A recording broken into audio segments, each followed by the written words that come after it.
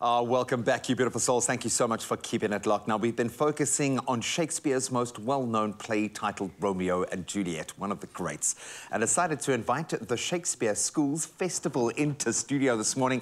This is a cultural highlight that features on many school calendars, and justifiably so, where kids and educators get to turn 3-hour Shakespeare plays into 30-minute adaptations. Brilliant. And joining us to chat more about this amazing cultural experience is Managing Director of the SSFSA, Blythe Stewart, as well as Hout Bay International School's drama educator, Nicole Senecal. Guys, thank you so much for joining us this morning.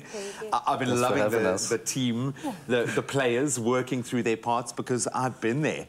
Every single performer has been there, and a lot of high school students especially have been there. It's such a part of our DNA as we kind of weave our way through it. I love the fact that you have taken it to this degree and are giving more young people an opportunity to delve into the Bard's great work.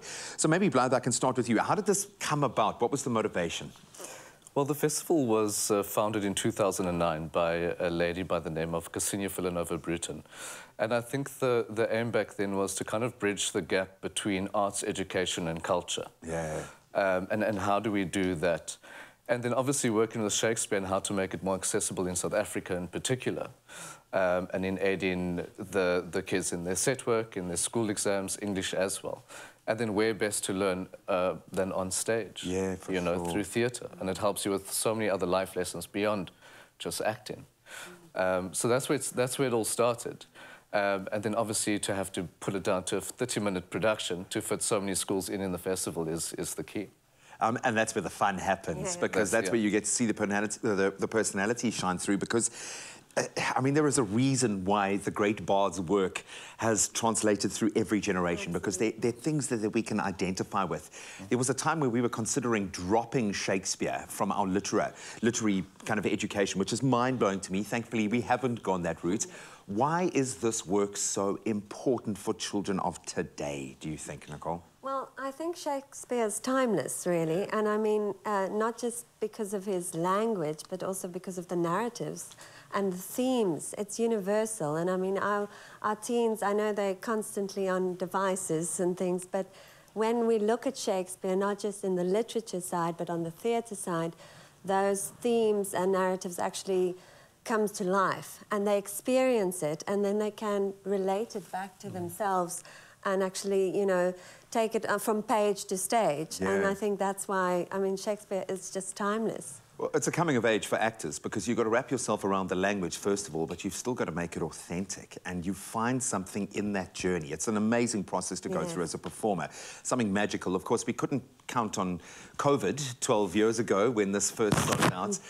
Obviously taken a bit of a knock. How have you guys been able to bounce back, and what can we expect from this year's festival?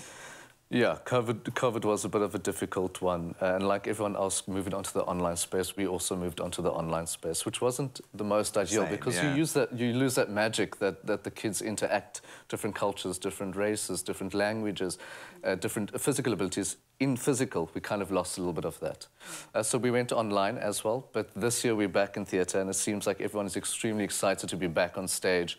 No mask, a little bit of hesitation. Yeah, we were all a bit freaked out, yeah. But once that first line came out on the first day of the first show, it was all smooth sailing from there, and the audiences really came through.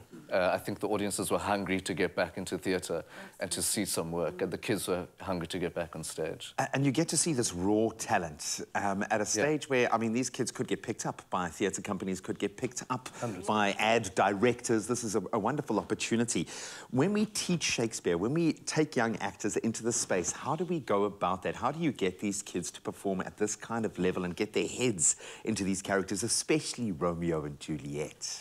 Well, I think for me, I try to take them through a journey of exploration, firstly on text, and really getting into subtext and understanding the character, because, I mean, to understand Romeo and Benvolio and how they all work together, and they're teenagers. Yeah. So that you're actually playing real-life teenagers from the Elizabethan age. So what I try to do is to connect the character development actually to the theme again, and then you know, have them create that. We play a lot when we work together. So it's not just me directing, but it's the cast. It's the reason why they call them players. You know, and yes, definitely. So I've got an awesome cast and great players, and I think they brought it to life, and they brought themselves, because that's what Shakespeare does. It gives you the opportunity to actually take the text and bring the meaning in a modern context, and we modernized it quite literally, and then to still play the meaning through that, and that is wonderful. And I mean, this opportunity to play on a professional stage for these kids, I mean, it's amazing. It's a memory of a lifetime. Wonderful. I can speak from my experience of having these sorts of opportunities. It's life-changing, guys, really it is. If it was life-changing for me way back when, I can imagine for these kids now, it really is. All I'm going to say is easy, Pilgrim, okay? Easy, you're going to get your opportunity. But this is an opportunity for young actors to live some of the greatest literary works live on stage in their own adaptations, giving it their own flavour. So I think we need a little taste.